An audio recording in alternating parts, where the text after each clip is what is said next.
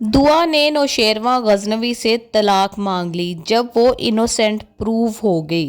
जब एक औरत प्रेगनेंसी की हालत में होती है तो उसे सपोर्ट और केयर की ज़रूरत होती है, ख़ास तौर पर उस शख्स की तरफ से जिससे वो मोहब्बत करती है।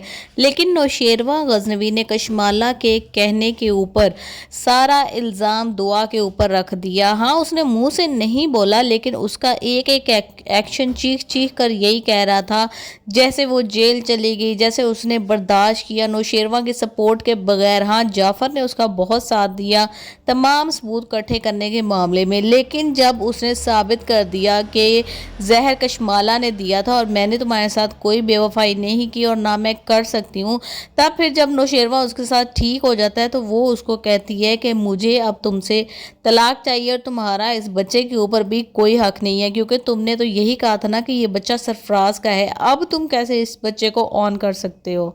क्योंकि एक ऐसा रिलेशनशिप जो अच्छे हालात में तो बहुत अच्छा चलता रहे और जैसे ही एक इंसान के ऊपर आजमाइश आए तो दूसरा इंसान, जिस तरह नौशेरवा गजनवी था, वो उसको बिल्कुल ही अकेला छोड़ दे के जाओ मैदान खुला है तुम्हारे सामने, लड़ना है लड़ो, मरना है मरो, जो करना है करो, मैं तो सुकून से बैठा हुआ अपनी जगह पर।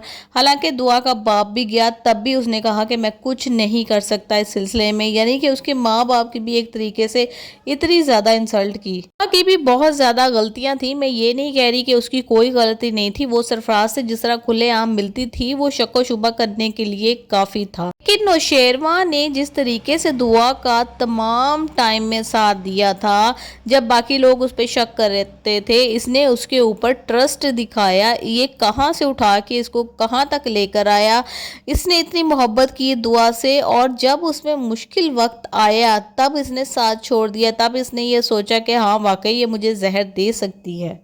खैर जी, दुआ का नाराज होना तो बनता था, लेकिन फाइनली इन दोनों की सुलह हो जाएगी and they will live happily ever after.